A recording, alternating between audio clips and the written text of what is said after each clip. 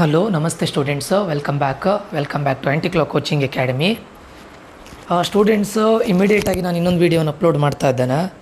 ಯಾಕಂದರೆ ಈಗ ನೋಟಿಫಿಕೇಷನ್ ಬಂದಿದೆ, ಸುತ್ತೋಲೆ ಬಂದಿದೆ. ಇದು 2025ರ ಸಾಲಿಗೆ. ಅಂದರೆ ನಾನು ಹಿಂದಿನ ವೀಡಿಯೋದಲ್ಲಿ 2024ರ ಸಾಲಿನ ಇದನ್ನು ಹೇಳಿದ್ದೇನೆ. ಆ್ಯಂಡ್ ಇಲ್ಲೊಂದು ಕನ್ಫ್ಯೂಸಿಂಗ್ ಸ್ಟೇಟ್ಮೆಂಟ್ ಏನಂತ ಕೇಳಿದರೆ, ನಿನ್ನೆ ನಡೆದಂಥ ಪ್ರೆಸ್ ಮೀಟಲ್ಲಿ ಸೋ ಕಾಲ್ಡ್ ನಮ್ಮ ಮಿನಿಸ್ಟ್ರು ಏನು ಹೇಳಿದರು, ಈ ವರ್ಷ ಯಾವುದೇ ರೀತಿಯಾದಂಥ ಫೀಸ್ ಇಲ್ಲ ಅಂತ ಹೇಳಿದರು. ಪರ್ಟಿಕ್ಯುಲರ್ಲಿ ಅವರು ಫೇಲ್ ಆದವರಿಗೆ, ಯಾರು ನಾಟ್ ಕ್ಲಿಯರ್ಡ್ ಅಥವಾ ನಾಟ್ ಕಂಪ್ಲೀಟೆಡ್ ಅಂತಿದೆ ಅವರಿಗಂತ ಹೇಳಲಿಲ್ಲ. ಅವರು ಏನು ಹೇಳಿದರು, ಪ್ರೆಸ್ ಮೀಟಲ್ಲಿ ರಿಸಲ್ಟನ್ನು ಅನೌನ್ಸ್ ಮಾಡಲಿಕ್ಕೆ ಮುಂಚೆ ಹೀಗೆ ಹೇಳಿದರು, ಈ ವರ್ಷ ಯಾವುದೇ ರೀತಿಯಾದಂಥ ಎಕ್ಸಾಮಿನೇಷನ್ ಫೀಸ್ ಇಲ್ಲ ಅಂತ ಹೇಳಿದರು. ಆಯಿತಾ? ಸೊ ಆ ಪ್ರೆಸ್ ಮೀಟ್ನ ಬೇಸಿಸ್ ಮೇಲೆ ಹೇಳಿದಾಗ ಫೀಸ್ ಇಲ್ಲ ಅಂತ ಗೊತ್ತಾಯಿತು. ಬಟ್ ಇವಾಗ 2025ನ ನೋಟಿಫಿಕೇಷನ್ ಬಿಟ್ಟಾಗ ಇದರಲ್ಲಿ ಪರ್ಟಿಕ್ಯುಲರ್ಲಿ ಏನು ಮೆನ್ಷನ್ ಮಾಡಿದ್ದಾರೆ ಕೇಳಿದರೆ, 2025ರಲ್ಲಿ ದ್ವಿತೀಯ PUC ಪರೀಕ್ಷೆ 2ಕ್ಕೆ ಪುನರಾವರ್ತಿತ ವಿದ್ಯಾರ್ಥಿಗಳಿಗೆ, ಅಂದರೆ ಯಾರು ನಾಟ್ ಕ್ಲಿಯರ್ಡ್ ಅಥವಾ ನಾಟ್ ಕಂಪ್ಲೀಟೆಡ್ ಅವರಿಗೆ ಶುಲ್ಕ ಪಾವತಿಯಿಂದ ವಿನಾಯಿತಿ ನೀಡಲಾಗಿದೆ ಅಂತ ಕೊಡ್ತಾ ಇದ್ದಾರೆ ಪರ್ಟಿಕ್ಯುಲರ್ಲಿ ನೋಟಿಫಿಕೇಷನಲ್ಲಿ. ಬಟ್ ನಿನ್ನೆ ನಡೆದಂಥ ಪ್ರೆಸ್ ಮೀಟಲ್ಲಿ ಯಾವುದೇ ರೀತಿಯಾದಂಥ ಕ್ಲಾರಿಫಿಕೇಷನ್ ಕೊಡಲಿಲ್ಲ. ಏನು ಹೇಳಿದ್ರು ಕೇಳಿದರೆ, ಈ ವರ್ಷ ಯಾವುದೇ ರೀತಿಯಾದಂತಹ ಎಕ್ಸಾಮಿನೇಷನ್ ಫೀಸ್ ಇಲ್ಲ ಅಂತ ಹೇಳಿದರು.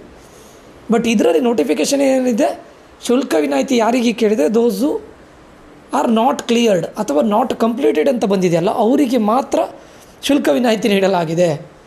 ಆಮೇಲೆ ಪುನರಾವರ್ತಿತ ವಿದ್ಯಾರ್ಥಿಯ ಮಾಹಿತಿಯನ್ನು ಪ್ರಾಂಶುಪಾಲರು, ಅದು ಆಲ್ರೆಡಿ ನಾನು ವಿಡಿಯೋನ ಅಪ್ಲೋಡ್ ಮಾಡಿದ್ದೇನೆ, ಫಲಿತಾಂಶ ಉತ್ತಮಪಡಿಸಿಕೊಳ್ಳುವ ವಿದ್ಯಾರ್ಥಿಗಳು ಕೆಳಗಿನಂತೆ ಶುಲ್ಕವನ್ನು ಪಾವತಿಸಿ ನಿಗದಿತ ದಿನಾಂಕದೊಳಗೆ ದ್ವಿತೀಯ PUC ಪರೀಕ್ಷೆ 2ಕ್ಕೆ ನೋಂದಾಯಿಸಿಕೊಳ್ಳಬಹುದು.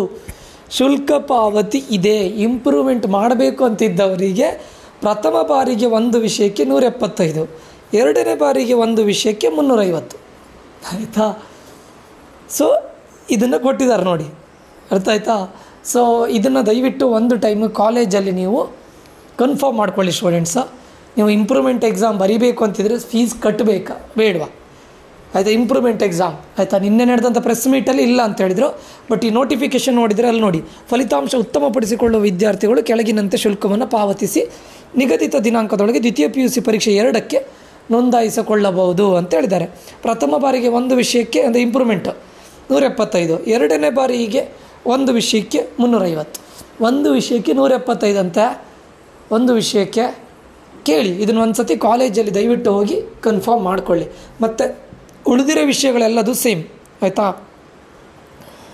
ಅಂದರೆ ಏನು ಹೇಳಿದ್ದಾರೆ, ಮಾರ್ಚ್ 2025ರ ದ್ವಿತೀಯ PUC ಪರೀಕ್ಷೆ 1ರಲ್ಲಿ ಅನುತ್ತೀರ್ಣರಾದ ವಿದ್ಯಾರ್ಥಿಗಳಿಗೆ ಮಂಡಳಿಯಿಂದ ನಡೆಯುವ ಫಲಿತಾಂಶ ಪಠ್ಯ ಅದು ಸೇಮ್ ಇದೆ.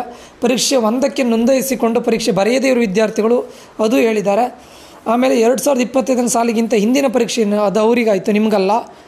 ಫಲಿತಾಂಶ ಉತ್ತಮಪಡಿಸಿಕೊಳ್ಳುವ 2025ರ ದ್ವಿತೀಯ ಪರೀಕ್ಷೆ 2ನ್ನು ಬರೆಯಲು ಇಚ್ಛಿಸಿದಲ್ಲಿ ಅಂಥ ವಿದ್ಯಾರ್ಥಿ ಫಲಿತಾಂಶ ಪಟ್ಟಿ ಆಧಾರದ ಮೇಲೆ ನಿಯಮಾನುಸಾರ ಫಲಿತಾಂಶ ಉತ್ತಮಪಡಿಸಿಕೊಳ್ಳಲು ಅರ್ಜಿಯನ್ನು ಕಾಲೇಜಿನಲ್ಲಿ ಪ್ರಾಂಶುಪಾಲರಿಗೆ ಸಲ್ಲಿಸುವುದು, ಅನುಮತಿ ಪಡೆಯುವ ಅವಕಾಶ ಇಲ್ಲ. ಹಾಗಾದರೆ ಈ ವರ್ಷ ಆನ್ಲೈನ್ ಇಲ್ಲ ಸ್ಟೂಡೆಂಟ್ಸ್, ಪ್ರಾಂಶುಪಾಲರಿಗೆ ಸಲ್ಲಿಸಬೇಕು. ಆಯಿತಾ?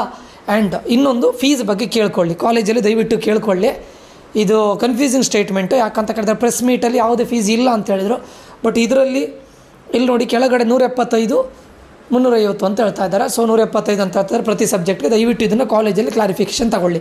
ಹೇಗಿದ್ದು ನೀವು ಕಾಲೇಜಿಗೆ ಹೋಗಲೇಬೇಕು, ಇವಾಗ ರಿಜಿಸ್ಟರ್ ಮಾಡಬೇಕು ಅಂತಿದ್ರೆ ದಯವಿಟ್ಟು ಕಾಲೇಜಲ್ಲಿ ಕ್ಲಾರಿಫಿಕೇಷನ್ ತಗೊಳ್ಳಿ. ಓಕೆ ಸ್ಟೂಡೆಂಟ್ಸ್, ಇದೊಂದು ಅಪ್ಡೇಟ್ ಕೊಡಬೇಕಾಗಿತ್ತು. ಯಾಕಂದರೆ ನಿನ್ನೆ ಕೊಟ್ಟಂಥ ಸ್ಟೇಟ್ಮೆಂಟು ಇವತ್ತಿಗೂ ಈ ನೋಟಿಫಿಕೇಷನಲ್ಲಿ ಸ್ವಲ್ಪ ಕನ್ಫ್ಯೂಷನ್ ಇದೆ. ದಯವಿಟ್ಟು ಕೇಳ್ಕೊಳ್ಳಿ, ಕಾಲೇಜಿನ ಪ್ರಾಂಶುಪಾಲರಲ್ಲಿ ಪ್ರಿನ್ಸಿಪಲಲ್ಲಿ ಕೇಳಿ ಹೋಗುವಾಗ ಅಮೌಂಟ್ ಇಟ್ಕೊಂಡೇ ಹೋಗಿ. ಮಿನಿಮಮ್ 500 ರೂಪೀಸ್ ಇಟ್ಕೊಂಡು ಹೋಗಿ. ಯಾಕಂತ ಕೇಳಿದರೆ ನೀವು ಮೋರ್ ದ್ಯಾನ್ 3 ಸಬ್ಜೆಕ್ಟ್ ಅಂತಿದ್ರೆ, 3 ಸಬ್ಜೆಕ್ಟ್ಸ್ ಅಂತಿದ್ರೆ ದಯವಿಟ್ಟು ಹಣವನ್ನು ಇಟ್ಕೊಂಡು ಹೋಗಿ ಇದು ಮಾಡಿ. ಯಾಕಂದರೆ ನೀವು ಕಾಲೇಜಲ್ಲೇ ಹೋಗಬೇಕು, ಇದು ಈ ವರ್ಷದ್ದು. ಸೊ ಮತ್ತು ಆನ್ಲೈನ್ ಬಗ್ಗೆನೂ ಏನು ಹೇಳಿಲ್ಲ ಅವರು, ಯಾವುದೇ ರೀತಿಯಾದಂಥ ನೋಟಿಫಿಕೇಷನ್ ಇಲ್ಲ. ಸೊ ನೀವು ಆಫ್ಲೈನಿಗೆ ಹೋಗಬೇಕು ಅಂದ್ಕೊಳ್ತೇನೆ. So go to college, get at least 500 rupees ತಗೊಂಡು ಹೋಗಿ ಕಾಲೇಜಿಗೆ ಹೋಗಿ ಇದ್ರ ಬಗ್ಗೆ ಕ್ಲಾರಿಫಿಕೇಷನ್ ತಗೊಳ್ಳಿ. ಆಯಿತಾ? ಓಕೆ ಸ್ಟೂಡೆಂಟ್ಸ್, ಸೊ ಇದೇ ರೀತಿ ಇನ್ನೂ ಕನ್ಫ್ಯೂಷನ್ಸ್ಗಳು ಬರ್ತಾ ಇರುತ್ತೆ. ರಿಸಲ್ಟ್ ಬಂದ ಮೇಲೆ ಕನ್ಫ್ಯೂಷನ್ಸ್ ಇರುತ್ತೆ, ಕೌನ್ಸಿಲಿಂಗಲ್ಲಿ ಕನ್ಫ್ಯೂಷನ್ಸ್ ಇರುತ್ತೆ. ಇದೆಲ್ಲ ಕಾಮನ್, ಎವ್ರಿ ಇಯರ್ KEA ಕಡೆಯಿಂದ ಇದು ಕಾಮನ್ ಆಗಿರುತ್ತೆ. ಅವರೇ ಕನ್ಫ್ಯೂಷನ್ಸನ್ನು ಕ್ರಿಯೇಟ್ ಮಾಡ್ತಾರೆ. ಇನ್ನು ನಿಮಗೆ ಮುಂದೆ ಹೋಗ್ತಾ ಇನ್ನೂ ಕೂಡ ಇಂಥದ್ದು ತುಂಬ ಇದಾಗುತ್ತೆ, ನಿಮಗೆ ಎಕ್ಸ್ಪೀರಿಯೆನ್ಸ್ ಆಗುತ್ತೆ. This is common every year. ಆಯಿತಾ? ಬಟ್ ಹೋಗುವಾಗ ಒಂದು 500 ರೂಪೀಸ್ ತೊಗೊಂಡೋಗಿ ಕಾಲೇಜಿಗೆ ಹೋಗುವಾಗ. ಆ್ಯಂಡ್ ಆನ್ಲೈನ್ ಬಗ್ಗೆ ಏನೂ ಕೊಡಲಿಲ್ಲ, ಮೇ ಬಿ ಆನ್ಲೈನ್ ಇಲ್ಲ ಈ ವರ್ಷ, ಆಯಿತಾ. ಕಾಲೇಜಿನ ಪ್ರಾಂಶುಪಾಲರ ಜೊತೆನೇ ನೀವು ಇದು ಮಾಡಬೇಕು, ಓಕೆ. ಸೊ ಹೋಗುವಾಗ to be in a safer side ಅಮೌಂಟನ್ನು ತಗೊಂಡೋಗಿ. ಓಕೆ ಸ್ಟೂಡೆಂಟ್ಸ್, ಈ ಒಂದು ಅಪ್ಡೇಟ್ ಕೊಡಬೇಕಾಗಿತ್ತು, ಅದಕ್ಕೆ ಬಂದಿದ್ದೇನೆ. ಮುಂದಿನ ವಿಡಿಯೋದಲ್ಲಿ ಮತ್ತೆ ಸಿಗ್ತೇನೆ. ಇನ್ನೇನಾದರೂ ಅಪ್ಡೇಟ್ಗಳಿದ್ದರೆ ಖಂಡಿತ ಕೊಡ್ತೇನೆ ಆಯಿತಾ. ಇಲ್ಲಿಗೆ ಈ ವಿಡಿಯೋ ಎಂಡ್ ಮಾಡ್ತಾ ಇದ್ದೇನೆ.